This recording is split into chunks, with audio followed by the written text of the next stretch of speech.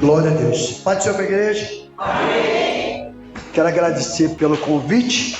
Abra a sua Bíblia em Lucas 15, 11. A passagem a gente conhece sempre passagem como filho pródigo, né? Mas essa passagem, ela reflete, não é só o filho pródigo, mas o mais importante do filho pródigo é o Pai misericordioso. Né? Glória a Deus. Deixa eu ler com vocês aqui. E continuou: um certo homem tinha 2 filhos. O mais moço dele disse ao pai: dar-me a parte dos bens que me cabem. E lhe repartiu os haveres. Passado não muitos dias, o filho mais moço, ajuntando tudo o que era seu, partiu para uma terra distante e lá dissipou todos os seus bens, vivendo dissolutamente. E depois de ter consumido tudo, sobreveio naquele país uma grande fome, e ele começou a padecer necessidade. Então ele foi, agregou-se um dos cidadãos daquela terra, e este mandou ao seu campo para guardar porcos. E ali desejava fartar-se das alfarrobas que os porcos comiam, mas ninguém lhe dava nada. Então, caindo em si, disse: quantos trabalhadores de meu pai têm pão com fartura, e eu aqui morro de fome? Levantar-me-ei, irei ter com meu pai, e dir-lhe-ei: Pai, pequei contra os céus e diante de ti, já não sou digno de ser chamado teu filho, trata-me como um dos teus trabalhadores. E levantando-se, foi para o seu pai, e vinha ele ainda de longe, quando o seu pai avistou, e compadecido dele, correndo, abraçou e o beijou.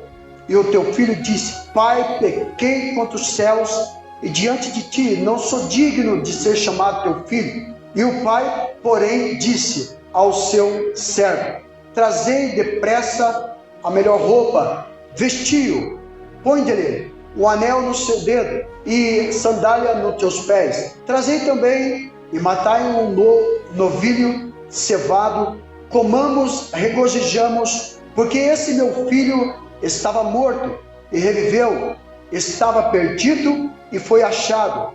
E começaram a regozijar-se. Ora, o filho mais velho estivera no campo, e quando voltava, ao aproximar-se da casa, ouviu a música e as danças. Chamou um dos teus criados e perguntou-lhe o que era aquilo. E ele informou: veio teu irmão e o teu pai mandou matar um novilho cevado, porque recuperou com saúde. Ele se indignou e não queria entrar. Saindo, porém, o pai procurava conciliá-lo, mas ele respondeu a seu pai: há tantos anos que eu te sirvo, e sem jamais transgredir uma ordem tua, nunca me deste um cabrito sequer para alegrar com os meus amigos. Vindo, porém, esse teu filho, que desperdiçou todos os seus bens com meretrizes, tu mandaste matar para ele o novilho cevado. Então lhe respondeu o pai a teu filho: tu sempre estás comigo, tudo o que é meu é teu. Entretanto, era preciso que nós regozijarmos e nos alegrarmos, porque esse teu irmão estava morto e reviveu, estava perdido e foi achado. Irmãos, casou direitinho com o convite para me pregar, e casou também que hoje eu comecei a fazer uma programação na rádio, de volta para casa. Então eu já vim já amortecido meu coração, e todas as palavras e todos os louvores, o que foi falado aqui, tudo casou com essa passagem. Misericórdia, o amor. O pastor falou em ser unido, né? A hora que falou: quem que concorda com os irmãos que está voltando? Quase que eu falei: ai de ti se não concordar, porque está acontecendo a mesma coisa aqui com o filho pródigo. Com o filho pródigo, não que eles eram pródigos, mas estou falando de aceitar de volta a casa do Senhor. Então, nós temos que ter esse amor de irmão para com irmão, senão nós não veremos a Deus. Nós não veremos a Deus. Então, eu vejo assim, quando fala assim, ó, o mais moço dele disse ao pai: Pai, quero que o Senhor me dê a parte dos bens que me cabe. E o pai repartiu. O pai repartiu para os dois. Veja assim que muitas das vezes só fala que o filho pródigo desbanjou, mas não fala que foi dado também para aquele que ficou em casa. A parte dele ficou no bolso dele.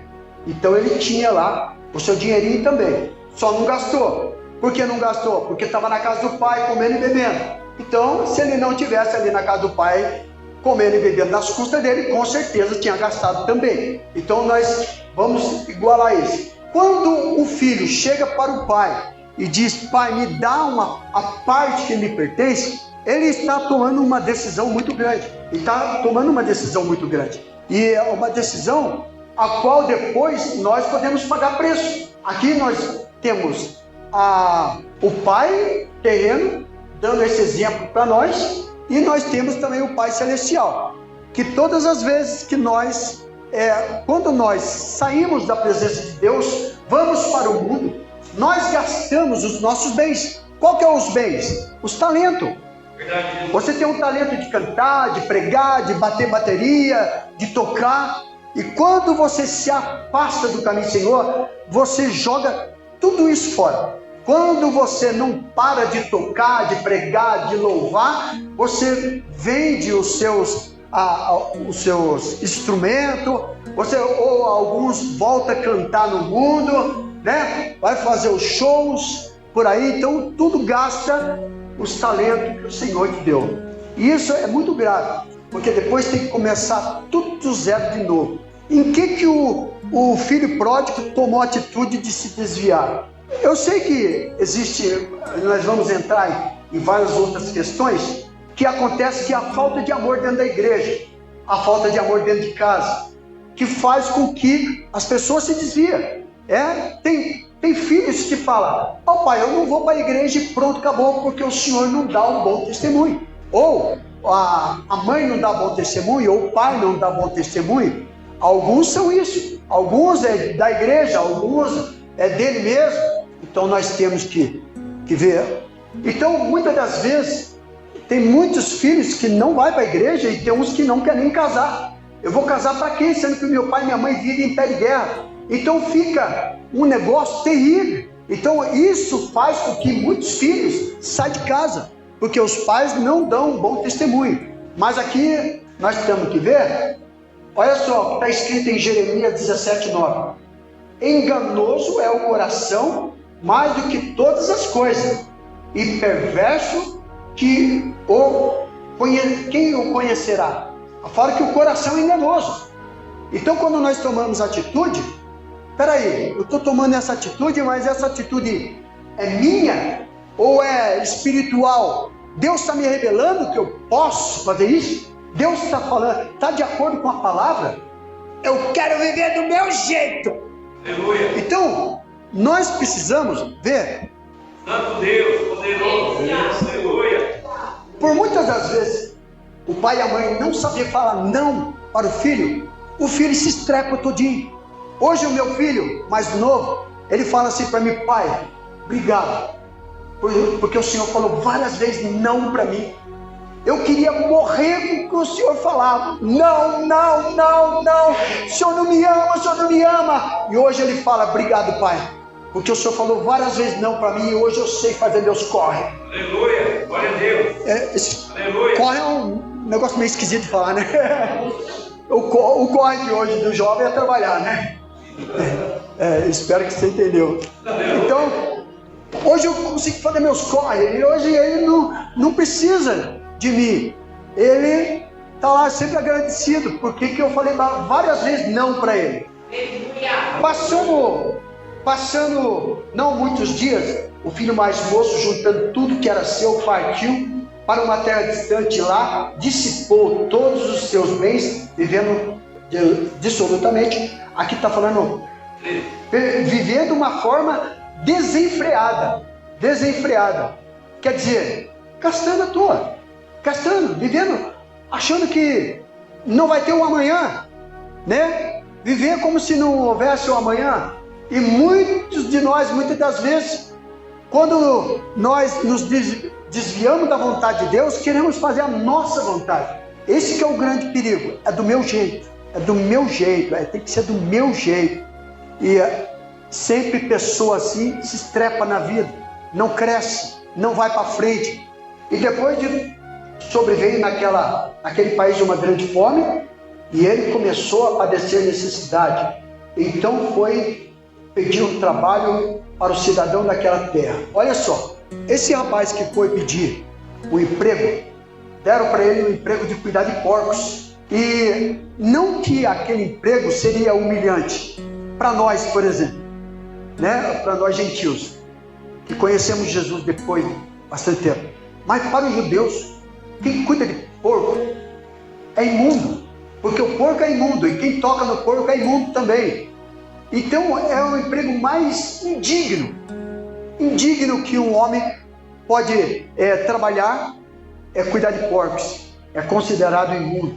Para você ver que quando nós nos afastamos dos caminhos do Senhor, só tem lugar imundo para oferecer, só tem coisa ruim. Vamos tomar um gole? Vamos dar um trago?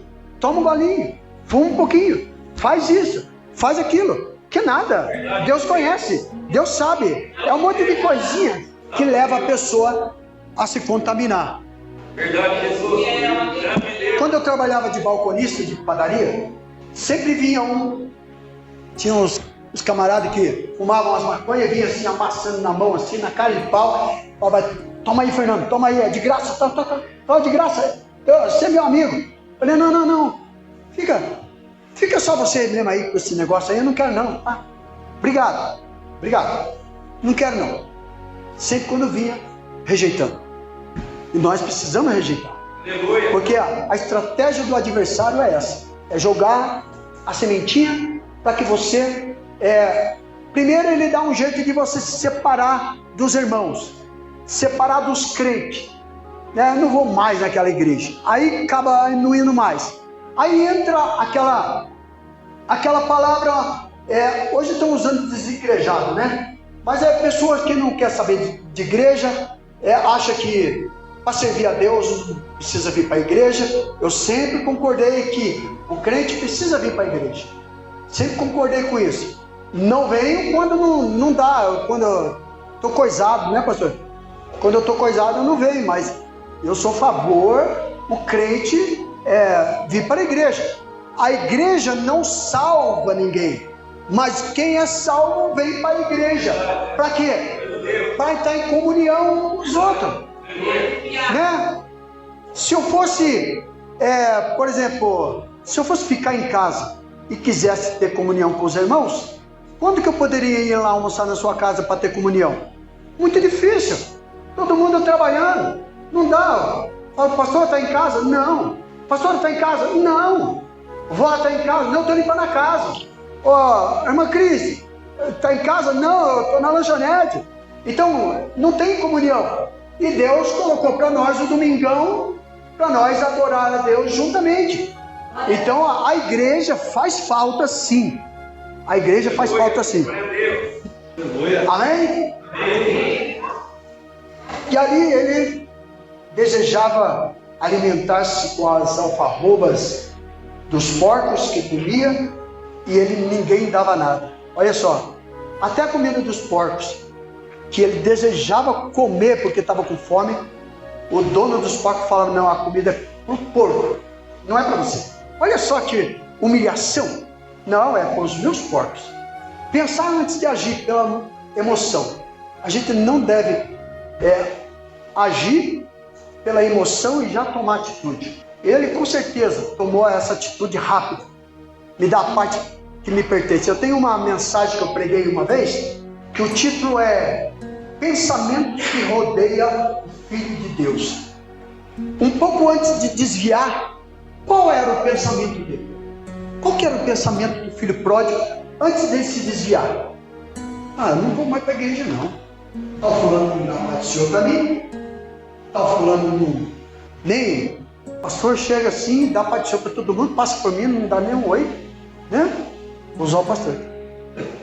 Né? O irmão nem me percebe. Ou seja, as pessoas é chamado por grupinho, aquela panelinha, e eu não faço parte daquela panelinha. Por que eu não faço parte dela? Então, às vezes fica essa memória. Por que não me dá a oportunidade? Por quê? O pastor falou por quê? Que para adorar a Deus você precisa adorar qualquer lugar, pode adorar na cadeira mesmo. Né, pastor? Para adorar a Deus a gente adora vindo para o culto. Não precisa ter oportunidade para adorar a Deus. Né? Embora quem tem o dom, né, de trazer uma palavra ou cantar alguma coisa, sempre ele quer estar fazendo isso. Mas não que seja necessário. Agora vai se desviar por causa disso? Não precisa. Então, caindo em si, aqui, olha, Provérbios 14, 12 também fala assim: há caminho que para o homem parece direito, mas o fim dele é caminho da morte. A atitude do filho pródigo foi tomar essa atitude de sair e morrer. Sair e morrer. Aqui morreu.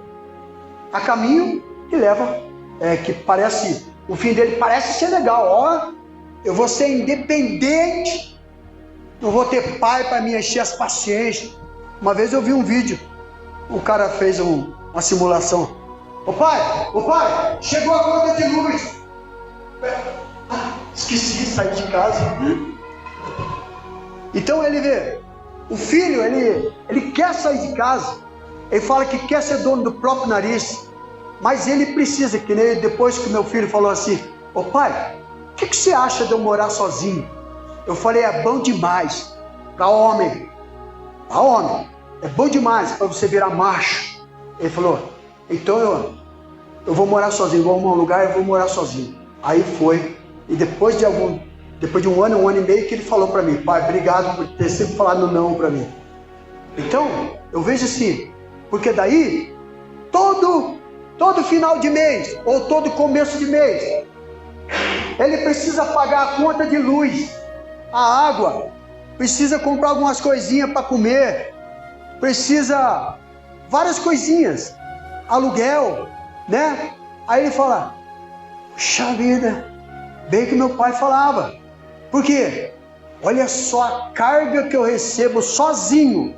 Imagina meu pai pagando tudo, carro, água, luz, comida, aí eu lá de boa no quarto, no computador o dia inteiro, ventilador soprando, comendo pipoca, aquelas coisas todas. Imagina meu pai fazendo tudo isso para mim todos os dias. Depois de algum tempo meu filho falou assim: pai, eu queria voltar. Eu falei: você aprendeu a apagar a luz, desligar o ventilador? Não ainda. Eu falei: então não está preparado para voltar. E ele continuou. E tá lá, já tem uns 4, 5 anos, né, mano? 4, 5 anos que ele está já sozinho, lutando. E a gente sempre apoiando ele, lógico. Mas, assim, um olho aberto e outro fechado, né? Para não ocorrer. Depois da prova, o filho chega diferente. Levantar-me-ei, irei ter como meu pai, dir-lhe-ei: pai, pequei contra o céu diante de ti, já não sou nem digno de ser chamado teu filho. Reconhecendo o erro, reconhecer: pai, eu vacilei terrivelmente. Glória a Deus. Aí quando ele chega de longe, Aleluia. O pai avista o filho, corre, abraça, enche de beijo o filho, sem importar se ele estava sujo, imundo, cabeludo, barbudo, tudo rasgado talvez. A hora que ele foi abrir a boca: pai, pequei contra o céu diante de ti, não sou nem digno de ser chamado teu filho. Ele falou: traga-me roupa e vestir. Glória a Deus. Aleluia. Põe nele um anel no seu dedo. Aleluia. põe sapatos, sandálias nos seus pés. Matamos um bezerro cevado, comamos e regozijamos. Aleluia, glória a Deus, glória a Deus, aleluia. Põe-lhe uma roupa, Santo de Israel, anel, autoridade. Põe-lhe sapato nos teus pés. Antigamente, não sei se ainda é lá em Israel, mas quem anda descalço é escravo. E quando um escravo calça os pés com a sandália, é sinal que ele está livre. Ele pode decidir se vai resolver a sua vida, se ele tem uma vida já ajeitada, prossegue a sua vida, ou se ele continua lá com o seu senhor. Depende dos escravos, já se familiarizou. É isso mesmo. Então ele tem o direito de ficar ou sair. Bezerro cevado, a comunhão entre o pai e o filho. Veja só.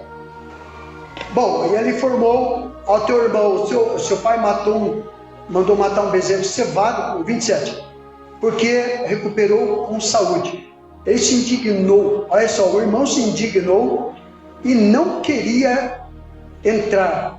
Saindo do seu pai, procurava conciliar. Olha só, irmão, para a gente terminar, eu nem vou olhar mais aqui para não passar. Eu posso passar 1 minuto, que você adiantou lá. Aí, o que eu vejo aqui? A união entre os irmãos é fundamental, irmão. Você não pode olhar para o seu irmão torto, não. Você não pode, como fala? Não, você pode não concordar com alguma situação dele, mas na mesma hora você tem que se acertar. Eu não concordo com isso, mas eu concordo com isso, então vamos se ajeitar. Agora, você olhar para o irmão, dar paz do Senhor para o irmão, e esse eu não quero nem trombar com ele para dar paz do Senhor. Você está dentro da igreja à toa. Você está dentro da igreja à toa. E a gente precisa congregar.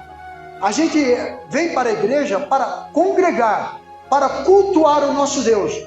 E se Deus perceber que tem uma divisão entre nós, a bênção não vem. verdade, Deus. Nós não somos salvos. Aleluia. Nós não somos salvos, não. Santo Deus. Uma vez eu passei perto de um irmão de outra denominação, falei, ainda fui educado, falei, Pai de Deus, irmão. Ele continuou, não falou nada. Falei, Pai de Deus, irmão. Não falou nada. Eu falei, você não tem pai, não? Falei, por que não falar, meu Deus? Por que não responder? Santo Deus, poderoso. Então nós temos que ser. Quando a Bíblia fala assim, é com bom e suave que os irmãos vivam em união, é como óleo precioso que desce sobre a barba de Arão, e que traz a bênção sobre teu povo, traz a bênção sobre a igreja, né? Então é com bom e suave que os irmãos vivem em união, independente da congregação, independente de qualquer congregação. Pai do Senhor, Pai do Senhor, Pai de Cristo, Pai de Cristo. Entendeu? Vamos ser, que eu falo, a gente precisa sair para as ruas para poder evangelizar, mas quem chegar aqui tem que encontrar nós diferente. Se a gente evangelizar lá, traz pessoas aqui, a pessoa não nota amor, que tem alguns assim, meio coisado, que nem o povo de Coríntios, né? Eu sou rico, eu vou ficar no meio do rico. Eu sou pobre, eu vou ficar no meio dos pobres. Não, para Deus não tem esse negócio, não. Né? Então, vamos nos examinar uns aos outros. Deus abençoe. Obrigado pela oportunidade. Que as palmas louvam o Senhor.